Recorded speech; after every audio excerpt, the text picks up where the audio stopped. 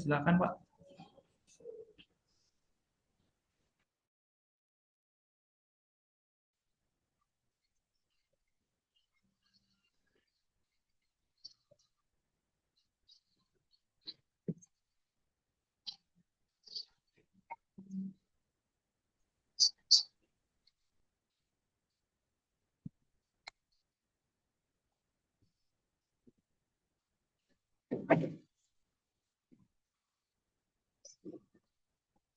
Silakan MC.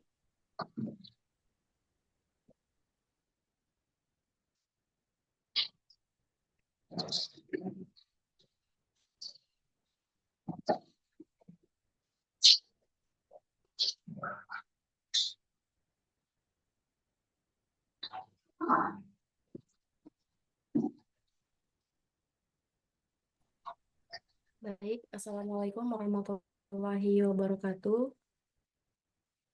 Waalaikumsalam.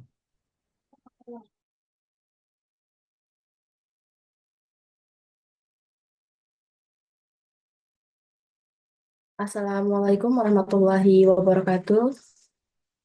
Waalaikumsalam warahmatullahi wabarakatuh. Tabe salamat linguna latai. Salam sahujud karende malempang adil katalino bacuramin kasaruga bahasa ingat kajubata. Selamat pagi, salam sejahtera bagi kita semua. Om Swastiastu, Namo Buddhaya, salam kebajikan. Kepada yang terhormat, kepada Pembina Yayasan Naula Hipatia Averroes, Bapak Dr. Naufal Kurniawan MAG, yang terhormat, kepada Direktur APSK Ofisial, Ibu Dr. Nur Hidayah SHMA, yang terhormat kepada tim APSK Ofisial, yang terhormat kepada narasumber, kepada Bapak Tampe Tuah Malam Ginting, SPMP. Yang terhormat juga kepada Bapak Ibu diseminasi buku berjudul Genealogi Studi Kalimantan, sebuah pendekatan multidisiplin. Pertama, saya selaku MC akan menyampaikan beberapa hal. Sebelum ke acara inti, marilah kita buka acara dengan berdoa menurut agama dan kepercayaan masing-masing. Berdoa dimulai.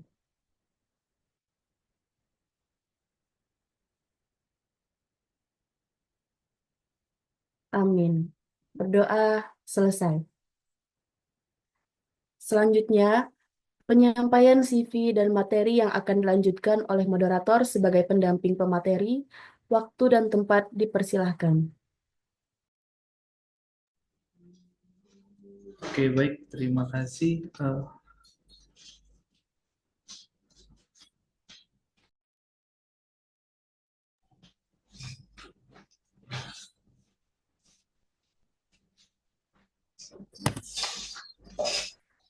Baik.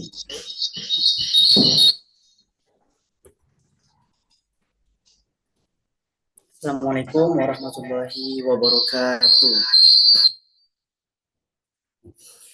Sebelumnya saya ucapkan terima kasih kepada MC atas waktu yang diberikan. Sebelumnya izin memperkenalkan nama saya Muhammad Raihan selaku moderator diseminasi buku pada hari ini. Sebelumnya izinkan saya untuk membacakan CV narasumber kita. Adapun nama beliau adalah Bapak Tampe Tuah Malam Ginting, SPMM.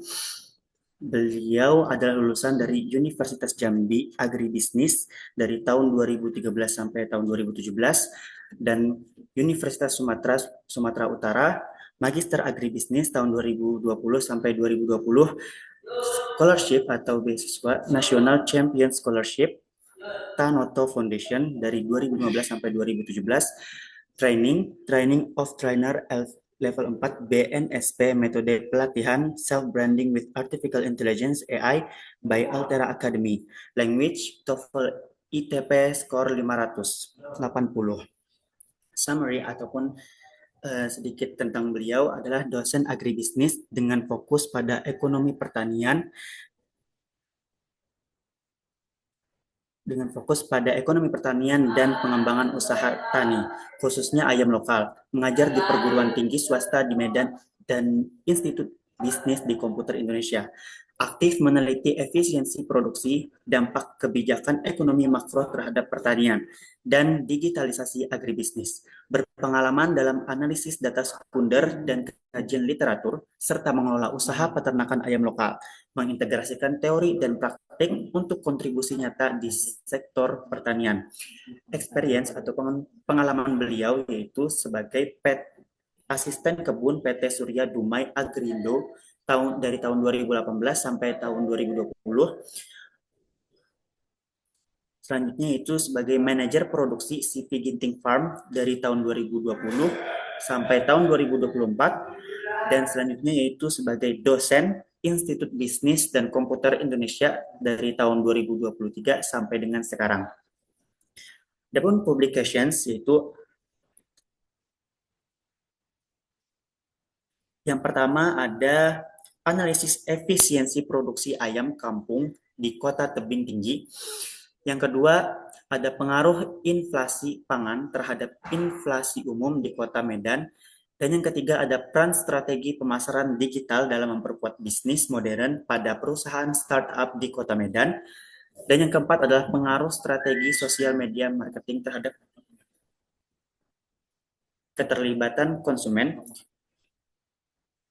Yang kelima, ada implementasi recording data produksi secara komputerisasi di peternakan Namurambe. Yang keenam, ada meningkatkan kesadaran peternak tentang biosecurity, yaitu kunci untuk kesehatan ayam kampung yang lebih baik dan Maksud Namurambe. dalam pengertiannya bisa dimaksudkan di pendahuluan. Yang ketujuh, ada sosialisasi pencegahan stunting di Kelurahan Saimati, Kecamatan Medan Maimun, yang berjudul Upaya Peningkatan Kesehatan Ibu dan Anak. Yang kedelapan, ada meningkatkan wawasan inovasi dan kewirausahaan bagi mahasiswa baru melalui PKKMB di Institut Bisnis dan Komputer Indonesia. Yang terakhir, ada buku yang berjudul Genealogy Studi Kalimantan, sebuah pendekatan multidisiplin. Itu tadi adalah CV narasumber kita pada hari ini. Mungkin kita minta waktu sebentar untuk mengantar. Mungkin kami mintakan waktu sebentar untuk menyampaikan pengantar, sedikit pengantar kepada Bapak Noval Kurniawan. Dengan segala hormat kami persilahkan.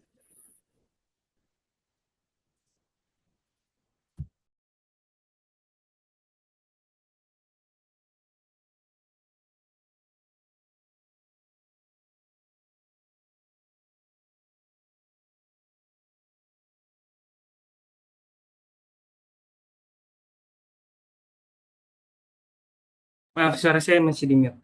Izin Pak narasumber, sebelum ke narasumber, izin saya mengasih pengantar dikit agar nanti diskusi kita lebih terarah dan juga lebih kritis nantinya.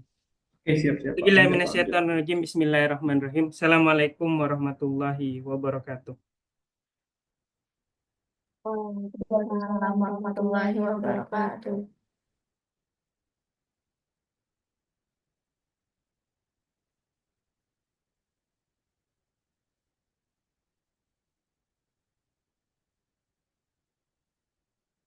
Baik, studi tentang Kalimantan pernah membawa seorang ilmuwan terkenal dari California, yakni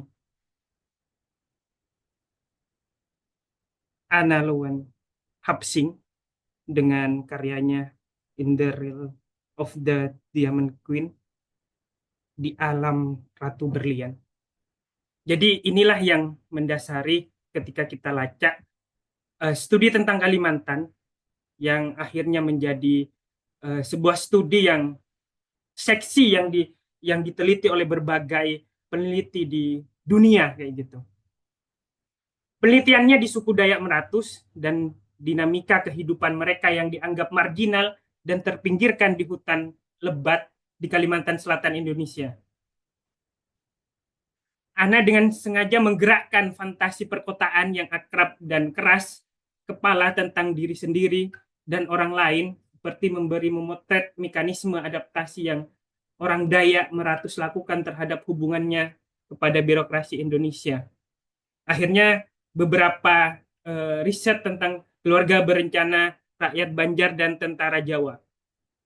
Kesuksesannya berhasil membawa studi Dayak Meratus menjadi kajian yang dianggap ikonik dan luar biasa dengan karyanya yang tadi saya sudah bicarakan. Dan hari ini kita akan melihat bahwasannya bagaimana alam dipandang siapa sih yang modern kayak gitu. Apakah orang lokal ataukah orang modern itu sendiri? Apakah orang modern terpenjara oleh modernisasi itu sendiri?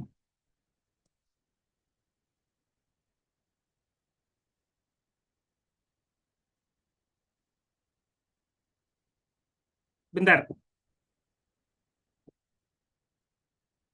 Oke. Selanjutnya, tidak hanya itu, di tahun 2019, terminologi Kalimantan kembali menguap ke permukaan. Sebelumnya ada informasi dari Presiden Soekarno bahwa akan pemindahan ibu kota. Ya. Terus menguap lagi kajian tentang Kalimantan di tahun 2019, terminologi Kalimantan kembali menguap ke permukaan dengan hadirnya gagasan pembangunan ibu kota Nusantara. Yang berlokasi di Kabupaten Kutai Kartanegara, atau lebih spesifiknya di Penajam Pasir Utara, di Kaltim ya, kembali membawa terminologi Kalimantan atau studi Kalimantan Studies ke dalam peta akademis yang diremajakan. Kajian tentang Kalimantan kembali mewarnai genealogi pengetahuan di berbagai daerah, diantaranya yang sekarang ya, seminar nasional, konferensi, bedah buku, diseminasi buku, hingga buku internasional. Ya. Saat kita lacak, ada buku yang sangat bagus tentang Assembling Nusantara, Mimicry, Friction, Rosanan in the New Capital Development, tentang merakit Nusantara, tentang mimikri, tentang bagaimana persatuan ras, bagaimana percampuran suku, agama, dan lain-lain menjadi sebuah kekuatan yang luar biasa. Akhirnya APSK lahirlah dengan lacakan studi yang mendalam itu sendiri.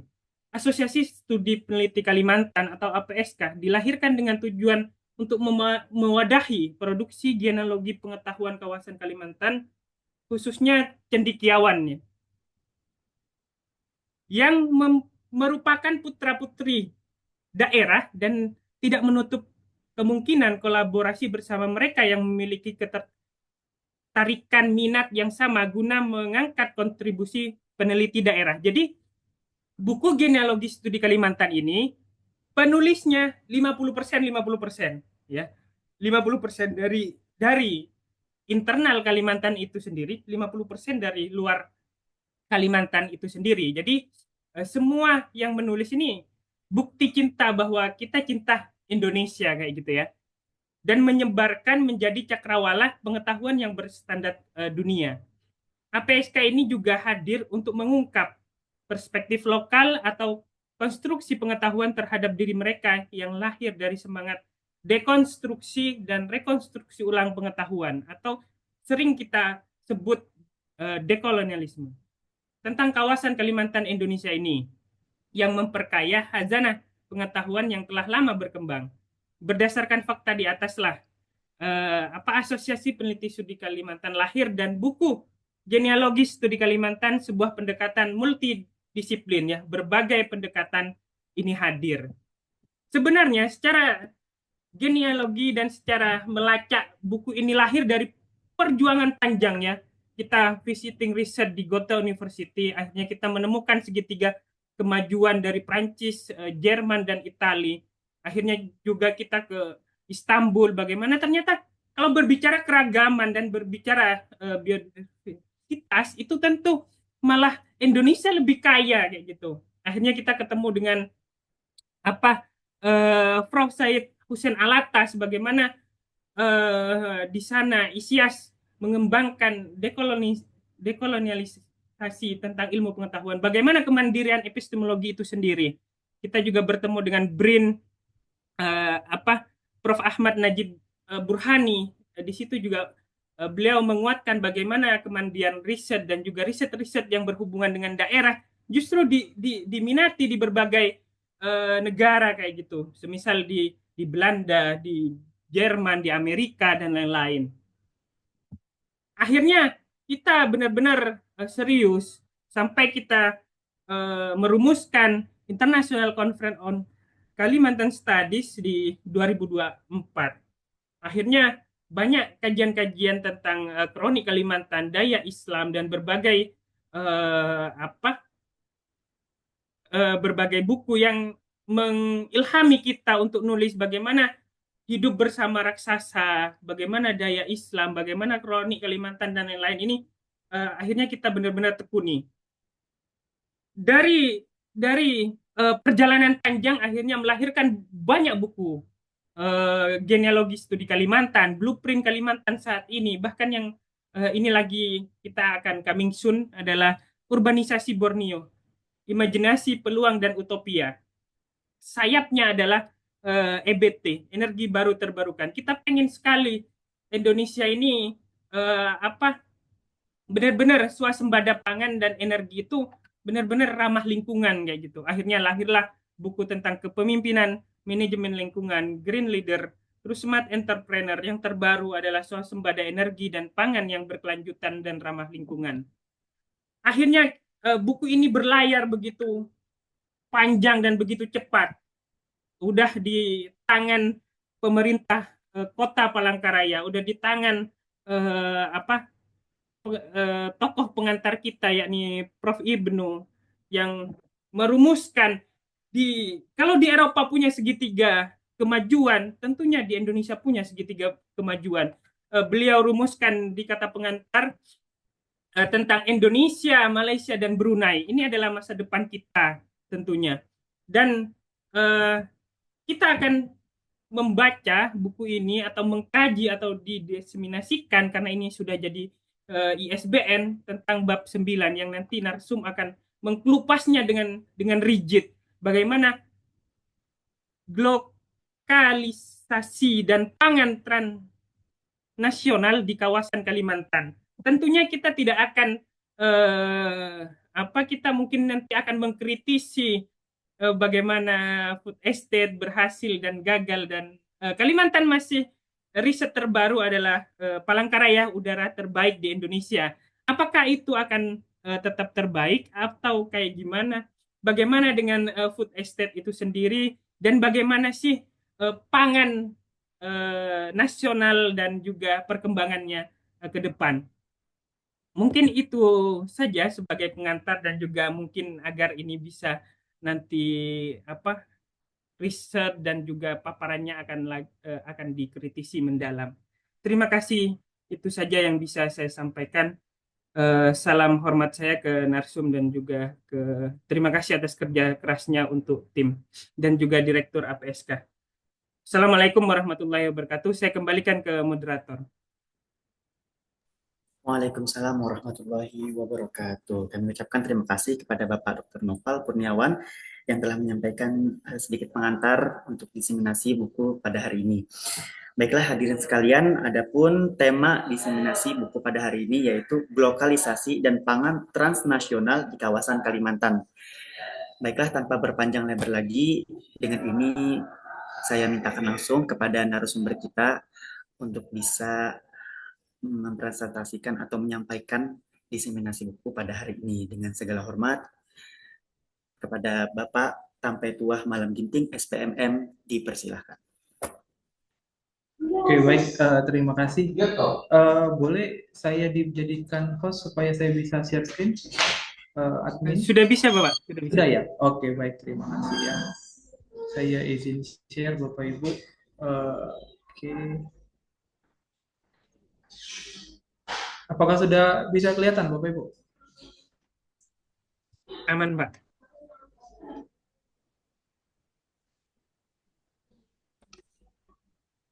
Oke, Baik, selamat pagi Bapak Ibu semua.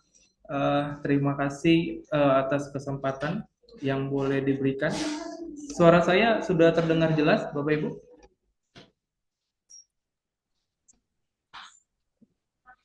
Sudah, Bapak Aman. Oke, baik. Terima kasih. Terima kasih Dr. Noval Kurniawan yang sudah mendampingi kita dalam kegiatan diseminasi buku ini. Terima kasih juga kepada tim APSK Official, Ibu Nur Hidayah, selaku Direktur APSK, yang sudah memberikan ruang bagi kita untuk duduk bareng di weekend ini. Hari ini saya akan berbicara tentang lokalisasi dan pangan transnasional di kawasan Kalimantan. Nah, sebelum saya berbicara lebih dalam lagi, Bapak Ibu, mungkin kita agak bingung ya. Kita nih ngomongin tentang kawasan Kalimantan, tapi yang ngomong orang Medan. Seperti tadi yang sudah disampaikan oleh Dr. Noval, bahwasanya memang dalam buku ini penulisnya terbagi dua, setengah dari internal Kalimantan dan setengah lagi terpencar dari seluruh Nusantara. Saya sangat tertarik untuk tergabung dalam buku ini karena ada Kalimantannya, Bapak Ibu. Tadi di CV saya sudah disampaikan bahwa saya pertama kali menjajaki karir profesional itu adalah sebagai asisten perkebunan, jadi asisten kelapa sawit. Pada saat itu saya diberikan pilihan sebelum penempatan, ada salah satunya adalah Kalimantan Barat dan Kalimantan Timur, lalu di daerah Pekanbaru. Dari hati saya yang paling dalam, saya pengen ke Kalimantan Barat, karena saya belum pernah memijakan kaki saya di Kalimantan. Tapi nggak tahu kenapa pimpinan pada saat itu menugaskan saya malah ke Pekanbaru. Jadi saya merasa patah hati lah ya. Seperti itu. Kenapa saya tidak dikirim ke Kalimantan? Karena memang Kalimantan itu dari segi karir profesionalnya itu sangat mudah percepatan karir kita di sana, karena belum begitu banyak inovasi yang terjadi di dunia perkebunan kelapa sawit pada saat itu. Oke, singkat saja kita akan mulai bahas Bapak Ibu tentang lokalisasi dan pangan transnasional di kawasan Kalimantan. Nah, sebagai pendahuluan, kata globalisasi ini merupakan sebuah frasa yang agak sedikit membingungkan. Artinya, globalisasi ini bagaimana global tapi terasa lokal. Nah, seperti itu. Jadi globalisasi itu adalah interaksi antara globalisasi dan lokalisasi, di mana gagasan praktek dan produk global diadaptasi oleh komunitas lokal, itu untuk memenuhi kebutuhan dan konteks mereka. Nah, secara sederhana itu globalisasi dapat diartikan sebagai global dan dengan rasa lokal. Kita bisa bayangkan konsep global itu seperti apa. Artinya global itu mendunia. Lalu berdasarkan kebutuhan ataupun sesuai dengan norma budaya, lalu kebutuhan lokal, semua hal yang berkaitan dengan global dijadikan seperti lokalisasi. Nah, hal ini yang menjadi menarik ketika kita berbicara tentang Kalimantan. Bagaimana Kalimantan sebagai bisa kita sebut sebagai ikonnya Indonesia yang pada saat ini betul-betul menjadi sorotan dunia. Baru-baru ini Indonesia juga masuk BRICS dan lain sebagainya. Nah, yang pertama adalah pentingnya topik lokalisasi dalam kajian multidisiplin. Pendekatan multidisiplin itu merupakan sebuah pendekatan studi. Kita melihat satu objek yang pada saat ini adalah Kalimantan sebagai objeknya, dilihat dari berbagai multidisiplin ilmu. Saya merupakan salah satu praktisi ataupun salah satu penulis yang berbicara dari sisi aspek pertanian dan ekonominya, Bapak Ibu. Kita melihat pangan di Kalimantan itu memerlukan analisisnya. Yang pertama dari sisi ekonomi, kita ingin melihat dampak interaksi sistem pangan global dan lokal terhadap kesejahteraan petani dan harga pangan. Yang kedua adalah sosial dan budaya. Ini kita melihat perubahan pola konsumsi dan identitas lokal akibat adaptasinya pangan global. Yang selanjutnya adalah politik. kita melihat kebijakan impor pangan dan distribusi pertanian yang mempengaruhi kedaulatan pangan lokal. Dan yang selanjutnya adalah lingkungan. Bagaimana pengaruh teknologi pertanian global terhadap ekosistem dan keberlanjutan sumber daya alam. Nah, pendekatan multidisiplin ini sangat sangat unik ya Bapak Ibu ya. Kenapa saya bilang sangat unik? Ternyata ketika kita pelajari lebih lanjut lagi, bahwasanya pendekatan Halo. multidisiplin. Ya, Nah, ternyata pendekatan multidisiplin itu benar-benar sering dilakukan. Saat ini ada yang lagi tren dalam dunia pertanian, Bapak Ibu, bagaimana melihat sebuah usaha dari paradigma TBL namanya, triple bottom line.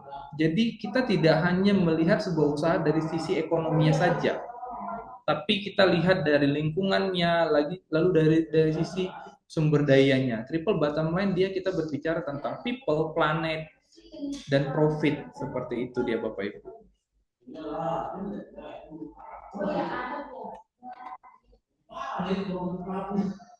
Oke, selanjutnya tantangan lingkungan di Kalimantan.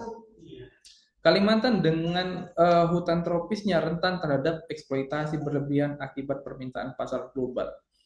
Nah, yang selanjutnya adalah perlu analisis mendalam terhadap dampak teknologi pertanian global terhadap degradasi lahan dan polusi. Ini yang benar-benar menjadi fokus pemerintah, bagaimana membangun ekonomi tapi tidak mengabaikan lingkungan. Banyak sekarang kajian-kajian yang melakukan penelitian tentang ekologi, Bapak Ibu. Jadi prinsip dasar ekologi ini adalah kita melihat bagaimana sebuah ekosistem atau sebuah perekonomian dibangun tapi tidak mengabaikan lingkungan. Nah, ekologi ini kita berbicara dari berbagai aspek. Apakah sosialnya, apakah keanekaragaman hayatinya. Nah, ini yang benar-benar bisa menjadi perhatian kita. Sebenarnya kalau misalnya kita kupas lagi, kita lihat dari buku genealogi studi Kalimantan ini banyak hal yang bisa tercipta setelah dari sini Bapak Ibu. Karena saya saja melihat dari lokalisasi dan transnasional pangan ini masih bisa dielaborasi kembali. Maka saat ini Bapak Dr. Novel, saya sedang proses penulisan juga buku tentang lokalisasi dan transnasional. Terima kasih Bapak Ibu yang sudah kemarin sudah merumuskan ide-ide apa saja yang harus kami tulis dalam buku ini, sehingga ini memunculkan banyak ide baru gitu. Saya coba melihat ternyata lokalisasi dan transnasional ini benar-benar aspek yang sangat menarik untuk dikaji lebih dalam lagi. Jadi dulu saya sebelum menulis ini saya tidak pernah terpikir bahwasanya globalisasi dan transnasional ini hal yang menarik karena dia akan selalu bersinggungan dengan kegiatan sosial budaya di lingkungan tersebut begitu. Nah, yang selanjutnya adalah keberlanjutan pangan lokal. Nah, keberlanjutan pangan lokal ini melihat bagaimana meningkatnya ketergantungan pada sistem pangan global menuntut strategi untuk menjaga ketahanan pangan lokal seperti yang pertama diversifikasi produk pertanian, yang kedua adalah penguatan sistem pangan lokal, dan yang selanjutnya adalah adaptasi teknologi ramah lingkungan. Nah, bagaimana peran kajian multidisiplin itu memberikan wawasan yang komprehensif atau yang menyeluruh untuk merumuskan kebijakan dan praktik yang mendukung keberlanjutan pangan di Kalimantan. Mungkin paradigma yang saat ini terbangun, Kalimantan itu hanya menjadi sumber pemasukan dari sisi kelapa sawit yang merupakan dia terkategori bukan sektor pangan ya Bapak Ibu ya. Kalau kelapa sawit itu dia sektor perkebunan. Nah, pada buku ini kita ingin melihat Kalimantan itu bukan hanya seputar tentang kelapa sawit, tapi Kalimantan itu juga bisa menjadi sumber pangan yang mampu memberikan tambahan devisa juga bagi negara begitu. Yang selanjutnya adalah lokalisasi dan interaksi pangan di Kalimantan. Nah, Kalimantan yang merupakan sebuah pulau dengan kekayaan sumber daya alam yang cukup melimpah, hasil pertaniannya, perkebunan, dan hutan. Kalimantan merupakan wilayah yang cukup strategis dalam perdagangan internasional karena letak geografisnya di tengah Asia Tenggara.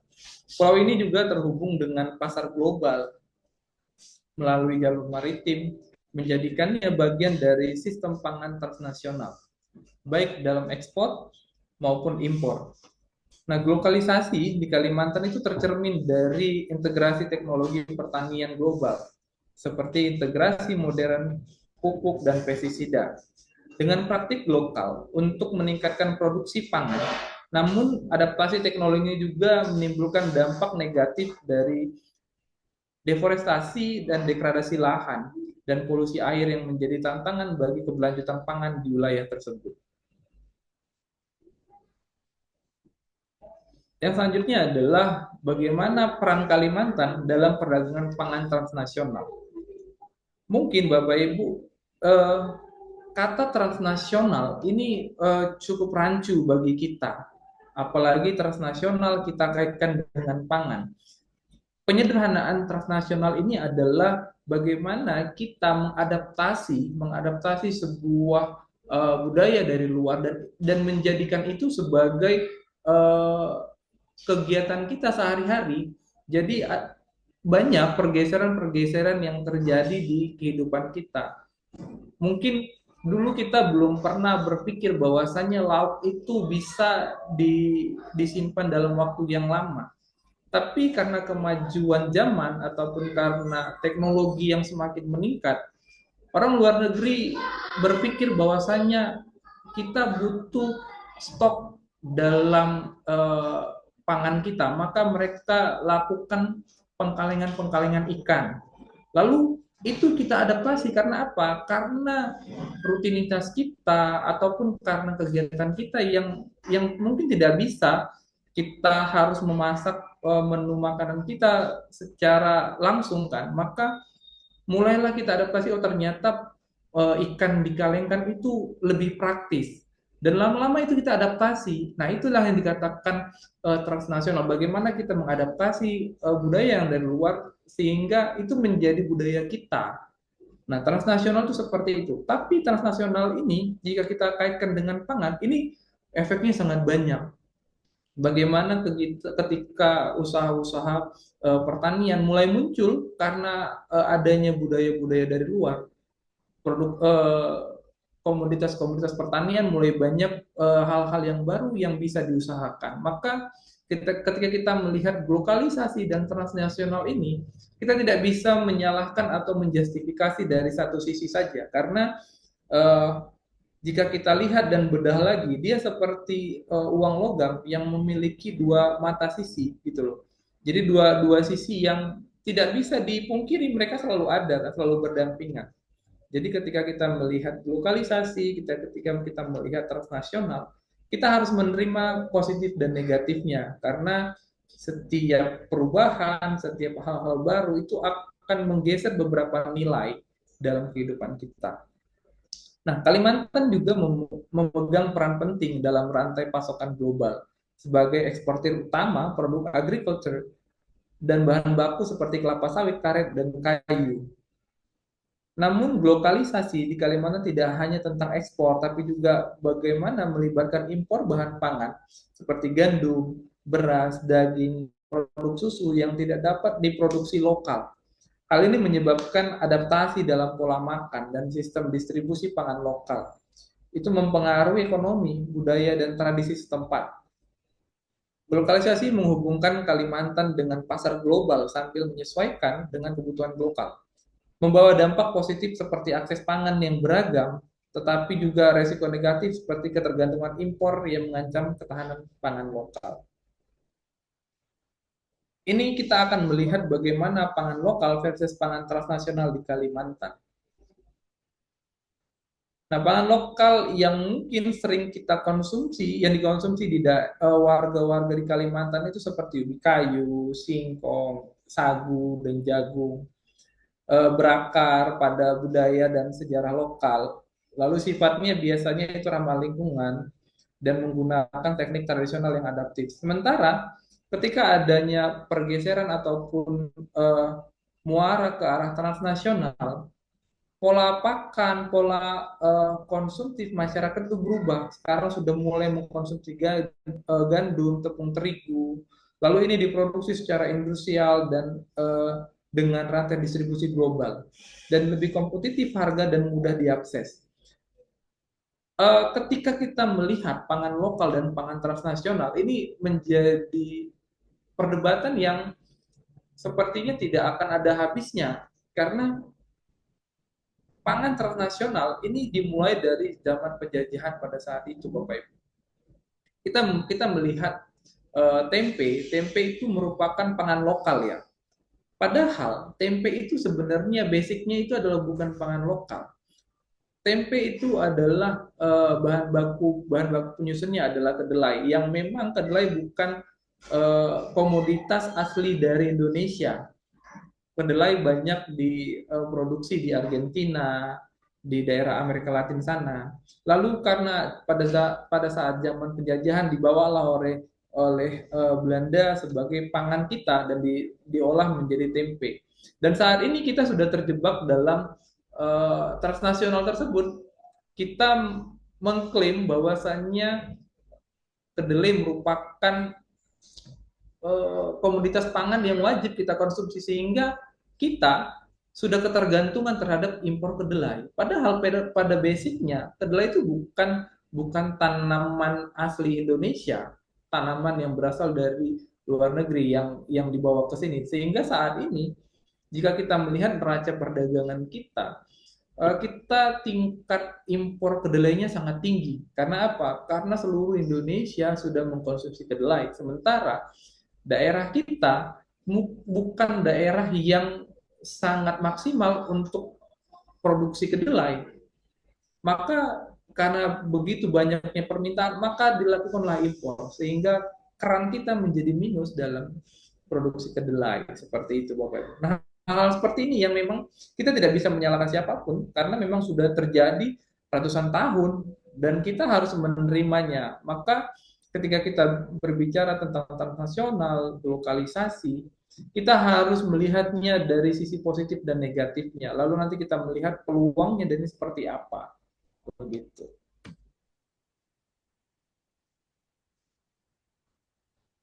Nah, selanjutnya adalah tantangan petani. Oke.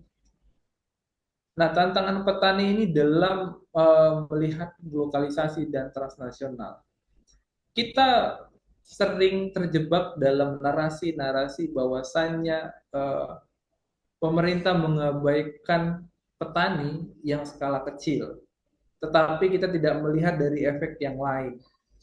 Kecenderungan pola pertanian kita yang ada di Indonesia, saya tidak berani disclaimer tentang pertanian di Kalimantan seperti apa karena narasi yang saya bangun dalam buku ini merupakan data yang saya peroleh dari studi literatur dan wawancara mungkin secara singkat dengan beberapa tokoh-tokoh yang ada di Kalimantan via telekomunikasi, saya telepon ataupun kami video call bagaimana tentang pangan di Kalimantan sehingga saya tidak berani menjustifikasi bagaimana pola pertanian di sana karena saya belum melihat langsung. Tapi secara keseluruhan kita bisa melihat di Indonesia itu memang petani kita itu skalanya itu produksinya sangat kecil karena tidak diberi regulasi kita yang tidak mengatur bagaimana petani kita bisa memproduksi secara besar walaupun sudah ada upaya pemerintah dengan salah satunya food estate yang sudah sedang dibangun, tapi nanti kita berbicara secara khusus tentang food estate. Nah, yang selanjutnya adalah infrastruktur yang terbatas, akses transportasi dan distribusi yang buruk. Kita harus lihat bahwasannya produk-produk pertanian itu rentan terhadap berbagai aspek. Salah satunya adalah karakteristik produk pertanian. Salah satu karakteristik produk pertanian itu adalah perishable. Perishable itu adalah dia mudah rusak. Nah, maka ketika kita ingin bahas tentang produk pertanian, banyak aspek yang harus kita lihat. Akses pasarnya seperti apa, jalur distribusinya, karena melihat produk pertanian yang perishable, lalu voluminous, Nah, ini yang harus diperhatikan. Jadi ketika kita berbicara tentang petani lokal, maka banyak aspek yang harus benar-benar kita perhatikan. Karena dari sisi agribisnis saja ada 4 rantai yang harus memang benar-benar kita perhatikan. Yang pertama adalah agribisnis hulunya, bagaimana persiapan komoditas, persiapan saprodinya, sarana produksi. Lalu kita berbicara tentang on farm-nya, bagaimana kegiatan produksi untuk menghasilkan pangan ataupun hasil-hasil pertanian. Lalu setelah dari situ kita berbicara lagi tentang agribisnis hilir, mulailah masuk tentang pemasaran dan sebagainya. Lalu dalam menunjang itu perlunya ada subsistem penunjang, yaitu lembaga keuangan. Nah, jadi ketika kita berbicara tentang pertanian secara global, nah ini aspek yang sangat menarik untuk kita bahas. Sepertinya dari 4 aspek itu banyak buku yang bisa tercipta ataupun banyak artikel-artikel yang bisa kita angkat, begitu. Selanjutnya adalah keterbatasan modal dan sarana produksi. Yang selanjutnya adalah ketergantungan pada cuaca dan perubahan iklim. Mungkin di Indonesia ini belum banyak dilakukan bagaimana untuk memodifikasi cuaca ya, tapi memodifikasi cuaca ini juga cukup banyak pertentangan di berbagai daerah ataupun di berbagai peneliti saya lihat, karena ada yang mengkaitkan dengan bagaimana takdir jika kita memodifikasi cuaca karena itu bertentangan dengan ajaran agama ataupun sebagainya. Jadi kita bisa melihatnya dari berbagai aspek, dan saya cukup tertarik untuk melihat perdebatan-perdebatan seperti itu, karena kita mulai memunculkan ide-ide ataupun paradigma baru bagaimana kita melihat cuaca, bagaimana kita melihat perubahan iklim, seperti itu. Nah, sebagai contoh dalam program Food Estate di Kalimantan Tengah, petani mengalami keterlambatan pasokan benih dan alat produksi pertanian yang menghambat produktivitas mereka. Food Estate ini tercipta karena keterbatasan petani kita dalam menghasilkan sebuah produk. Sebenarnya konsep food estate ini baik adanya, karena kalau kita melihat dari sisi pemerintahan, food estate memberikan peluang bagi petani untuk menghasilkan produk dengan cost yang rendah. Karena kalau kita berbicara tentang menghasilkan produk dari sisi pertanian, jika kita menghasilkan produk itu dengan skala yang banyak, maka cost yang dihasilkan, cost yang diproduksi semakin kecil, karena skala pembuatan produksinya itu semakin besar kan, maka alat-alat yang digunakan itu biaya pembebanan itu semakin kecil. Tetapi permasalahannya adalah bukan di sana. Food estate ini menjadikan efek domino yang cukup besar, karena kebanyakan kegiatan-kegiatan yang dilakukan pemerintah ini, mereka tidak menempatkan right person in the right place. Jadi mereka tidak menempatkan orang yang betul-betul berkompeten di tempat yang sebenarnya. Maka terjadilah penyimpangan-penyimpangan tertentu ya, karena mereka ingin memperkaya diri dan lain sebagainya. Tapi pada dasarnya ketika food estate ini dilakukan dan diawasi dengan benar, akan memberikan dampak yang baik sebenarnya bagi para petani.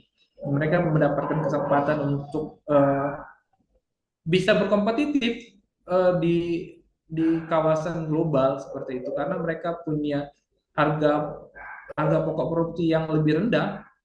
Kita kalah dari Thailand ataupun dari negara-negara tetangga karena apa?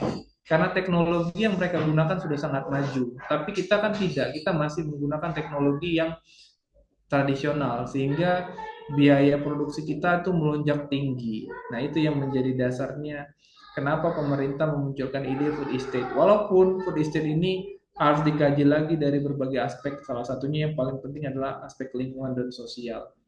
Gitu. Yang selanjutnya adalah pengaruh perdagangan global. Harga itu tidak kompetitif, harga pangan lokal sulit bersaing dengan produk impor karena biaya produksi. Nah, ini saya sampaikan tadi. Lalu adalah perubahan preferensi konsumen. Produk impor lebih murah dan mudah diakses. menarik minat konsumen pangan lokal semakin tergeser dari pasar. Selanjutnya adalah distribusi tidak efisien, pergeseran pola konsumsi dan tantangan bagi petani lokal. Nah, saya pernah berdiskusi banyak dengan para petani yang ada di daerah Sumatera Utara. Ternyata jenis ataupun komoditas sayur yang mereka tanam itu ataupun bahan-bahan pangan yang ingin mereka tanam itu berdasarkan memang permintaan pasar. Jadi permintaan pasar itu terjadi akibat konsumen. Jadi konsumen itu pola pakannya apa, maka mereka akan menyediakan apa yang dibutuhkan oleh rumah makan ataupun lain sebagainya. Ini yang menjadi dampak rantai yang cukup panjang sampai ke petani. Jadi mereka tuh mulai menanam komoditas-komoditas yang apa yang menjadi kebutuhan pasar. Nah, itu tadi saya sampaikan bahwasannya ketika kita berbicara transnasional, kita tidak bisa menolak bagaimana konsumen itu memilih makanan yang belum pernah mereka konsumsi. Karena apa? Karena ada keinginan pribadi ingin mengetahui preferensi yang lebih banyak lagi seperti itu. Nah, sehingga ketika mereka sudah sesuai dengan pola yang mereka ingin cari, mereka akan bertahan pada pola konsumsi yang seperti itu. Dan ini yang akan menggeser para petani-petani lokal yang tidak ingin mengubah caranya dalam bertani, sehingga makin banyak dampak-dampak yang terjadi akibat lokalisasi dan transnasional ini. Seperti itu dia Bapak Ibu. Nah, kita akan bahas bagaimana pangan transnasional dan lokalisasi di Kalimantan. Lokalisasi di sektor makanan cepat saji itu merupakan ada dampak positifnya bagaimana memberdayakan tenaga kerja lokal dan menggunakan bahan baku lokal. Yang selanjutnya adalah mendukung ekonomi lokal sambil memanfaatkan model bisnis global. Salah satu yang mungkin pernah dirasakan bagi masyarakat kita, mungkin ini tidak di Kalimantan ya, tapi ini di Aceh terjadi Bapak Ibu. Starbucks yang merupakan salah satu retail makanan ataupun minuman cepat saji, mereka sudah menggunakan pola yang cukup baik. Bagaimana mereka menggunakan bahan-bahan yang berasal dari lokal, tapi dengan tersertifikasi yang cukup baik.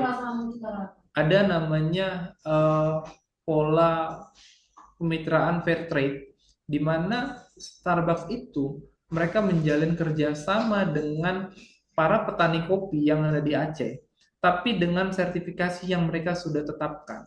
Itulah namanya sertifikasi fair trade. Petani diuntungkan di sana karena apa? Karena green bean ataupun biji kopi yang belum dikeringkan itu harganya 1,5 kali lipat dari harga pasaran di tingkat tengkulak. Ini kan memberikan efek yang sangat baik ya bagi petani. Tetapi ini perlu kita garis bawahi bahwasanya itu semua terjadi jika adanya kesinambungan antara satu dan pihak yang kedua. Petani memberikan jaminan bahwasanya produk ataupun biji kopi ataupun green bean yang mereka sediakan itu sesuai dengan standar yang diminta oleh pihak Starbucks. Lalu pihak Starbucks juga tidak hanya berpikir dari sisi produksinya saja, mereka juga melihat dari sisi lingkungan juga. Jadi semua limbah-limbah ataupun penggunaan pestisida itu sesuai dengan standar yang mereka sudah tentukan.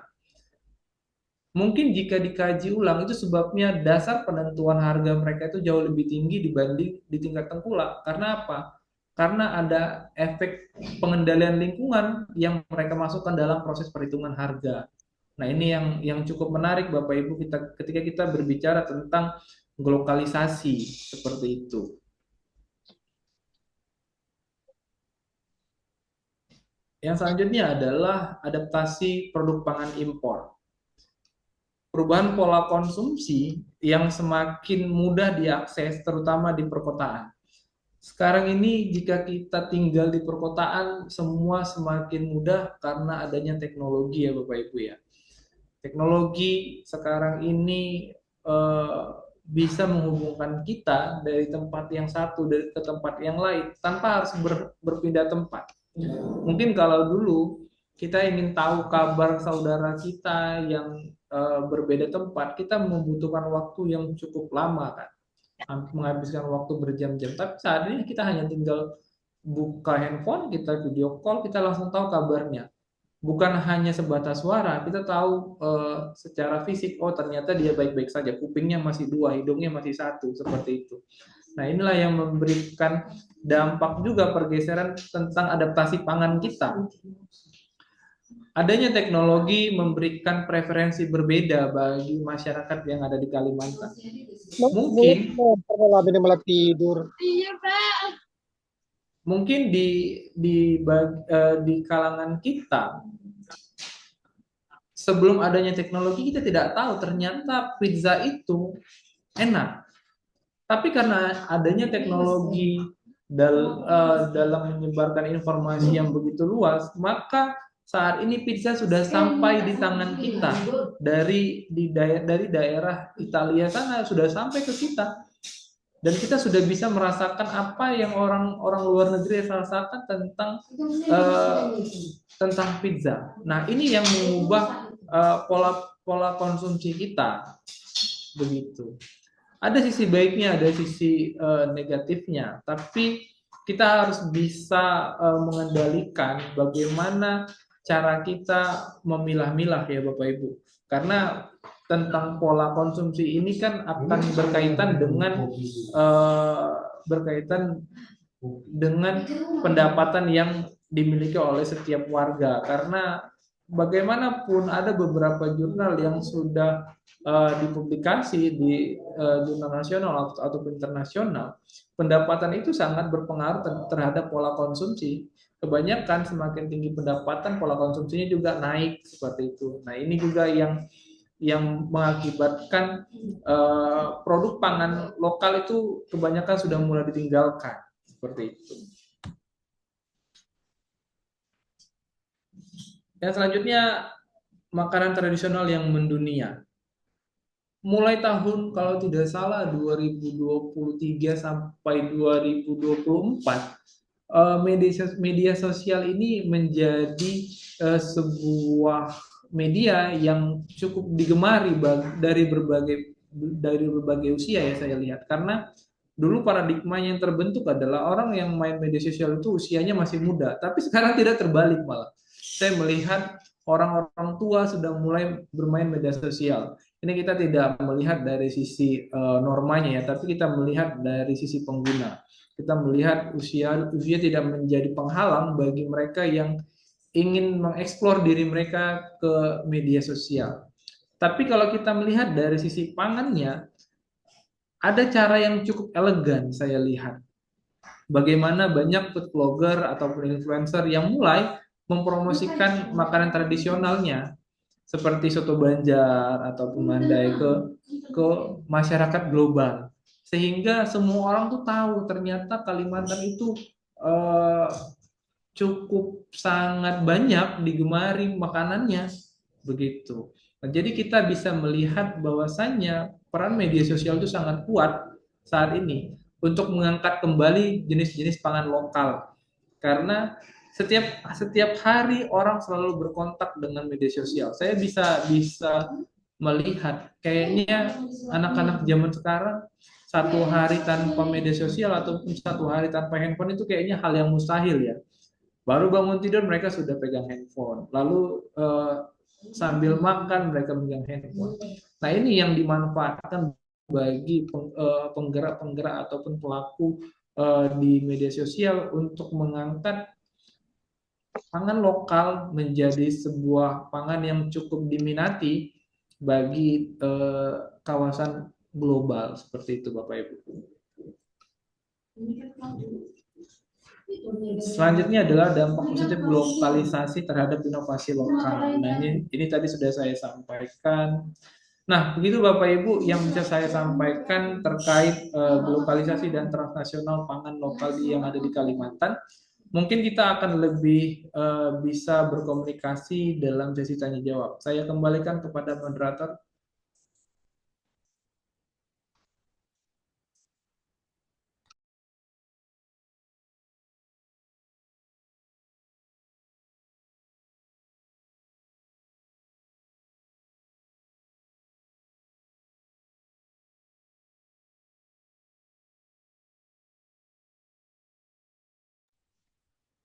Kepada moderator saya kembalikan untuk Baiklah, terima memandu kasih kepada tanya jawab.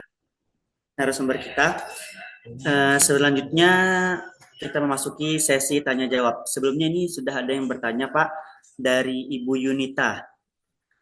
Nah, beliau bertanya, saya teringat bagaimana Pak Prabowo mengatakan sawit juga pohon, daunnya akan menghasilkan oksigen, dan sawitnya bisa dijadikan komoditas pasar global sehingga kita tetap mempertahankan dua sistem alam dan kebutuhan ekonomi. Pertanyaan beliau, sampai hari ini kita punya dua ketegangan pro, yaitu mempertahankan lingkungan dengan keaslian hutannya, dan pro terhadap pembukaan hutan untuk memenuhi kebutuhan komoditas pangan nasional global, disebut juga sebagai food estate. Apa sebenarnya yang bisa merekonsilisasi ketegangan ini? Beliau berpikir dua dikotomi ini telah memecah pikiran kita, bahkan sampai kepada konflik sosial, perampasan lahan, perampasan lahan adat, dan lain-lain.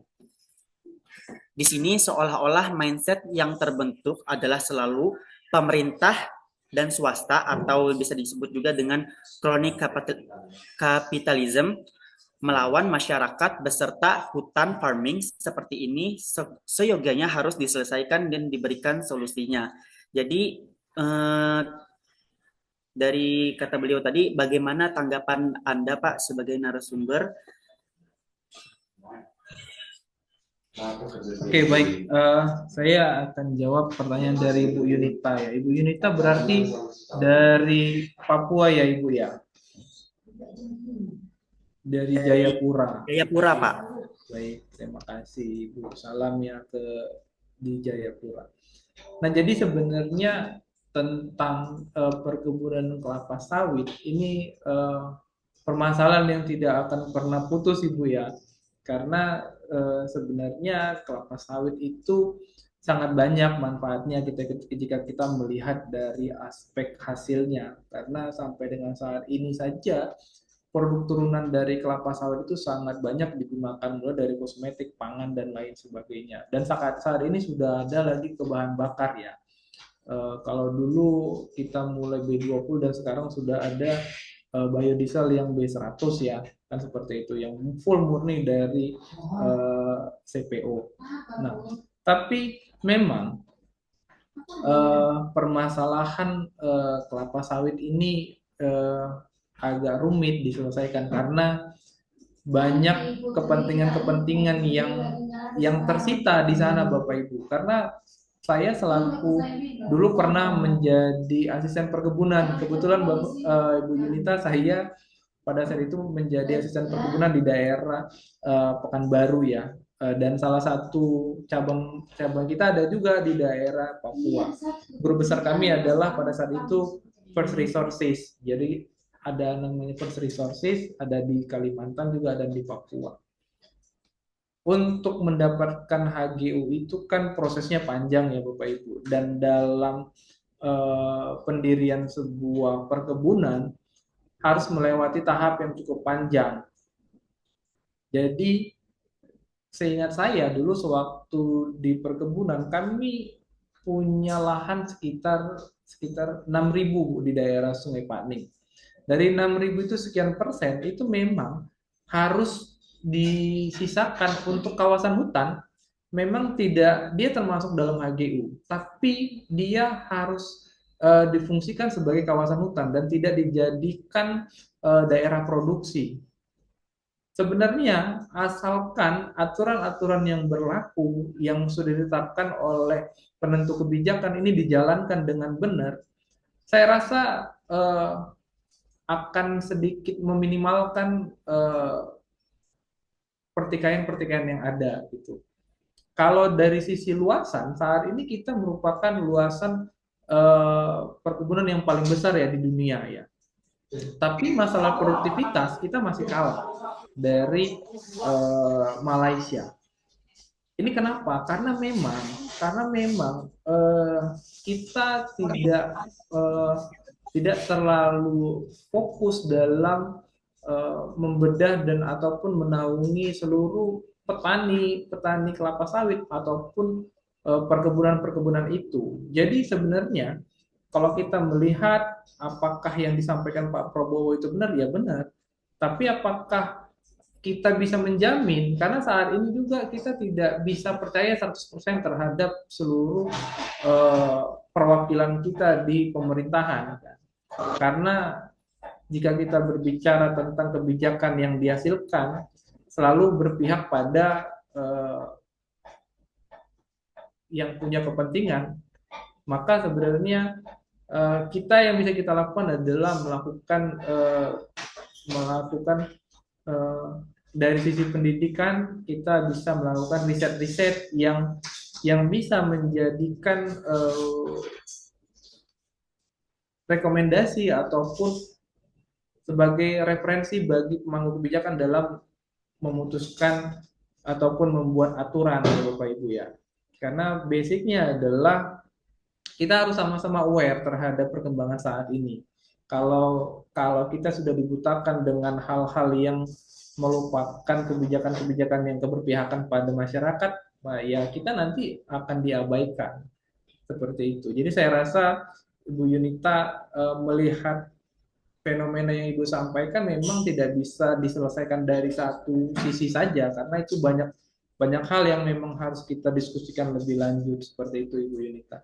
Karena saya juga pernah berada dalam posisi internal dan saat ini terkadang dalam posisi eksternalnya. Di sisi internal saya menjadi asisten kebun dan kami memang harus menyisakan sekian lahan kami dan itu memang benar-benar kami rawat. Ada treatment tertentu terhadap lahan yang memang harus disediakan sebagai lahan hutan di perkebunan seperti itu. Ini itu saja yang bisa saya sampaikan Ibu Yunita. Kalau kurang berkenan jawaban saya, monggo kita boleh diskusi nanti selanjutnya. Terima kasih. Saya kembalikan ke Bapak Moderator. Baiklah, mungkin ada 2 orang lagi yang ingin bertanya. Disilahkan apabila ingin bertanya. Ya, disilahkan kepada Ibu Sri Alam sendiri. Baik, terima kasih Bapak Moderator. Terima kasih Bapak narasumber tentang penyampaian hari ini. Saya mendapat beberapa informasi baru tentang apa yang terjadi di Kalimantan. Saya hanya ingin ini Pak, saya memang belum membaca bukunya. Mohon maaf jika nanti tanggapan saya bisa salah gitu ya Pak. Nah, dikoreksi Pak Ginting. Nah, saya ingin tanya, apakah memang tulisan poin mengenai glokalisasi ini dari awal tidak disetting untuk mencoba mengulik bagaimana relasinya dengan perubahan sosial budaya secara detail. Tadi memang ada disampaikan soal tenaga kerja dan lain-lain ya. Apakah tidak secara lebih detail memang tujuannya ya sehingga kita bisa melihat dampak pada budaya lokal itu lebih rinci lagi dan terutama pada petani lokal misalnya.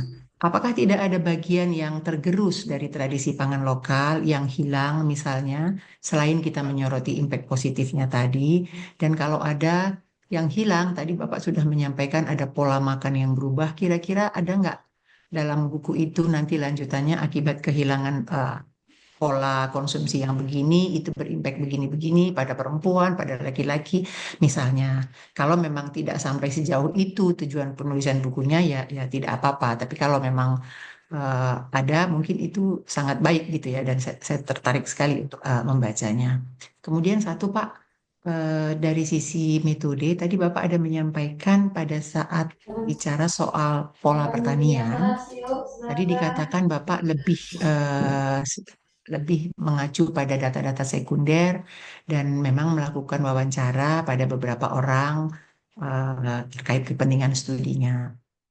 Nah, apakah dengan cara itu, Pak, saya sebagai orang yang mendengar, akhirnya kayaknya saya jadi memiliki kesan narasi-narasi yang dibangun, kesannya jadi lebih banyak ke arah ethic view dari sudut metodologi, karena penampilan data emic view dari sudut pandang orang yang diteliti, subjek studi Bapak, orang-orang Kalimantan atau petani atau siapapun itu jadi sangat minim yang ditampilkan.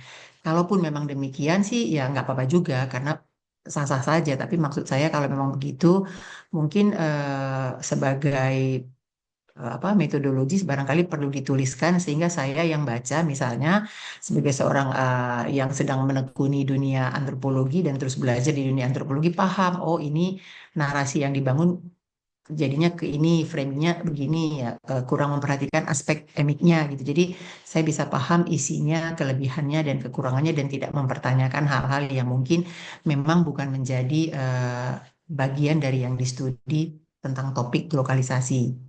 Karena bagi pembaca yang mungkin lebih menyoroti aspek manusia lokalnya seperti saya akan lihat loh ini sampai di mana bahasanya, kenapa tidak? Jadi panjang nanya-nanyanya gitu karena memang tertarik dengan buku ini dan saya memang belum beli. Saya nanti mungkin tadi saya agak masuk telat sedikit.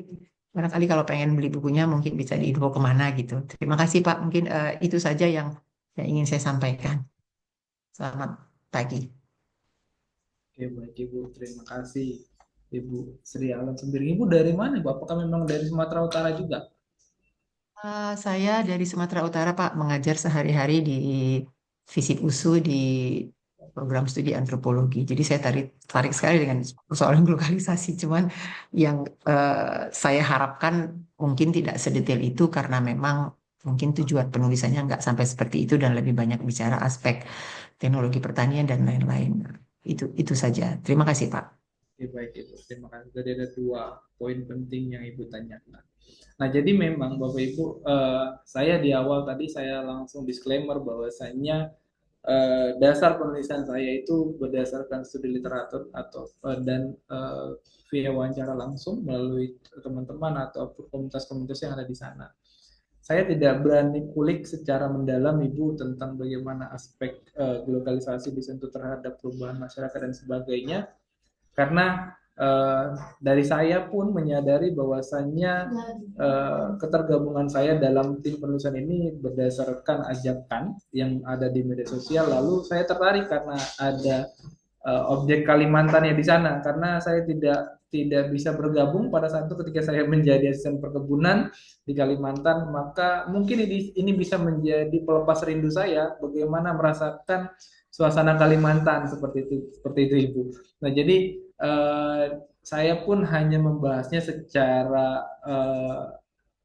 kulit saja, itu pun mungkin kalau bisa kita lihat kulit arinya saja, karena ketika sebuah tulisan dan sudah dipublikasi secara umum ataupun secara sah di dunia percetakan, maka kita harus mampu mempertanggungjawabkannya ya Bapak Ibu. Maka memang saya akuin ini tidak begitu mendalam dan saya pun juga melihatnya ini menjadi hal yang menarik bagi saya terlebih secara pribadi karena aspek lokalisasi dan transnasional ini efek dominonya sangat banyak ya dari sosial budaya ataupun pola perilaku ataupun dari sisi pertaniannya gitu.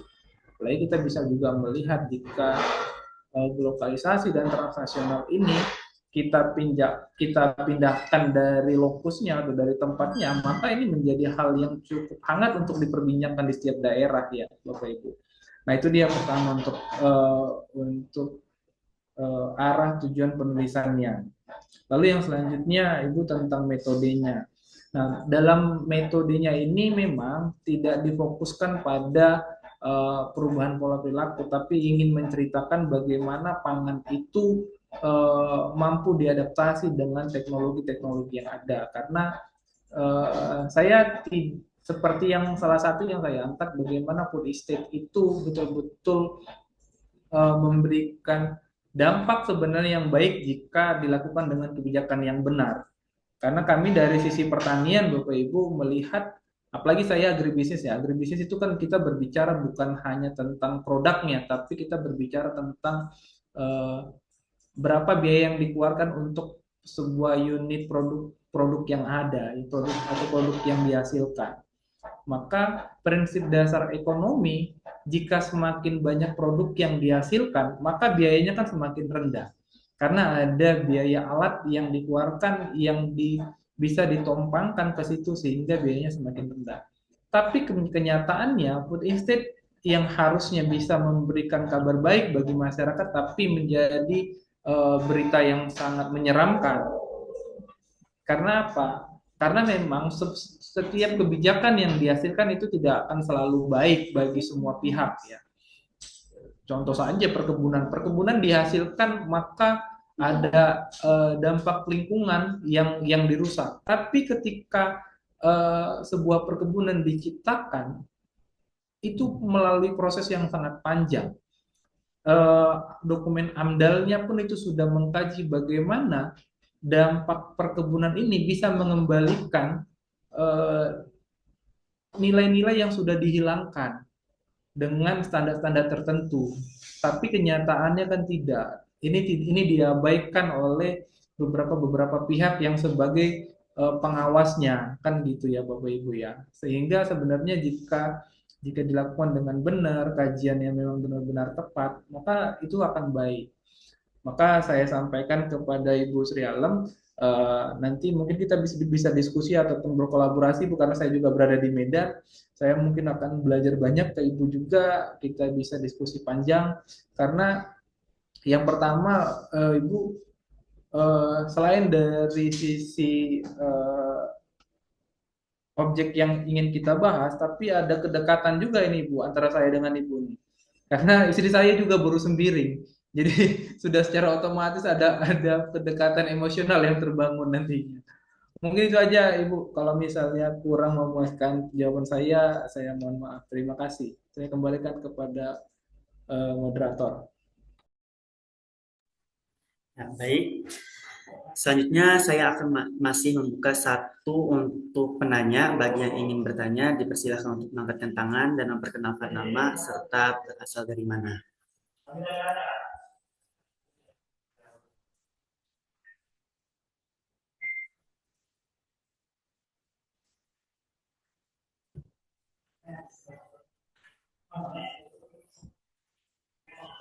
Baik, para hadirin, apakah masih ada yang ingin bertanya?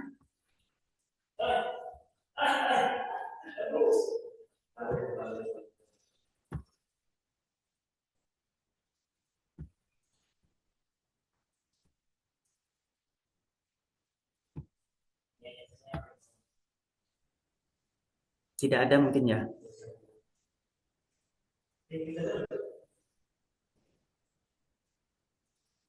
Saya ulangi lagi, apakah masih ada yang ingin bertanya, hadirin sekalian?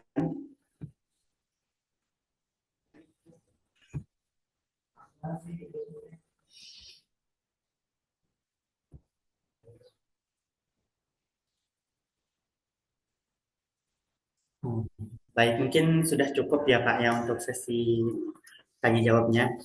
Selanjutnya itu kita akan memasuki sesi closing statement, mungkin akan disampaikan oleh Bapak narasumber. Dipersilahkan Pak. Oke, baik, terima kasih Bapak Ibu. Saya berharap ini bukan menjadi akhir dari diskusi kita tentang bagaimana kita membedah Kalimantan dari berbagai aspek ya. Saya berharap APSK juga bisa menjadi ruang bagi kami para penulis ataupun penggerak-penggerak tentang studi lingkungan ataupun antropologi ataupun sosial budaya untuk bisa memberikan sumbangsi ide ataupun pemikiran dari setiap apa yang bisa kita sampaikan. Nah, jadi Bapak Ibu, terima kasih untuk KPSK yang sudah memfasilitasi Dan terima kasih juga untuk seluruh audiens yang sudah boleh turut hadir, boleh ikut serta dalam kegiatan diseminasi buku ini. Semoga kita semua dalam keadaan sehat, kita semua bisa memberikan yang terbaik dari versi kita. Semoga setiap tulisan ataupun studi-studi yang terbangun dari sini bisa membangun Indonesia ke arah yang lebih baik lagi. Mungkin itu aja yang bisa saya sampaikan. Terima kasih dan selamat pagi menjelang siang semuanya. Baiklah hadirin sekalian, sebelum kita tutup, saya mohon izin untuk para hadirin untuk mengaktifkan kamera atau untuk mengaktifkan kamera karena kita akan melakukan press release.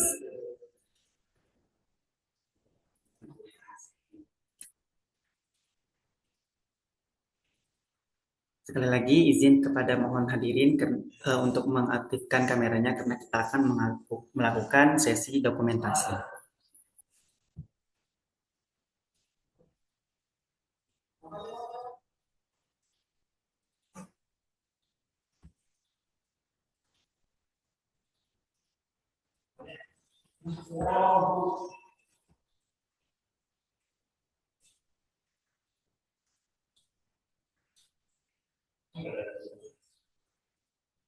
Baik, kepada hadirin yang masih belum mengaktifkan kameranya, dimohon untuk mengaktifkan kameranya sekali lagi karena kita akan melakukan sesi dokumentasi.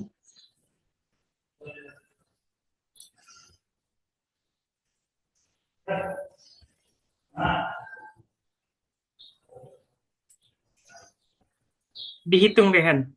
Ya. Oke, baik. Mari kita lakukan sesi dokumentasi. Saya hitung dalam hitungan 3. 1, 2, 3. Ya lagi. 1, 2, 3. Sekali lagi, mau hadirin. 1, 2, 3. Ya, oke. Baiklah hadirin sekalian, mungkin demikianlah diseminasi buku kita pada hari ini yang telah disampaikan oleh narasumber kita, yaitu Bapak Tampe Tuah Malam Ginting SPMM. Saya selaku moderator memohon maaf apabila ada salah kata atau perbuatan yang mungkin tidak berkenan dalam hati hadirin sekalian. Saya mohon maaf Pak narasumber apabila ada kekurangan, mohon dimaafkan. Mungkin ada sedikit what we know is a drop, what we don't know is an ocean. Yang kita ketahui hanyalah setetes air dan yang kita tidak ketahui adalah lautan. Semoga kita bisa mencari banyak tetesan-tetesan tersebut supaya kita menjadi pribadi yang lebih baik. Cuci tangan sampai bersih. Cukup sekian. Terima kasih. Wassalamualaikum warahmatullahi wabarakatuh. Kemudian selanjutnya saya serahkan kepada MC. Baik, terima kasih sebelumnya kepada moderator dan narasumber Bapak Tampe Ginting. Baik, memasuki acara terakhir yaitu penutup. Sebelum menutup acara pada hari ini, marilah kita berdoa sesuai kepercayaan dan agama masing-masing. Berdoa dimulai.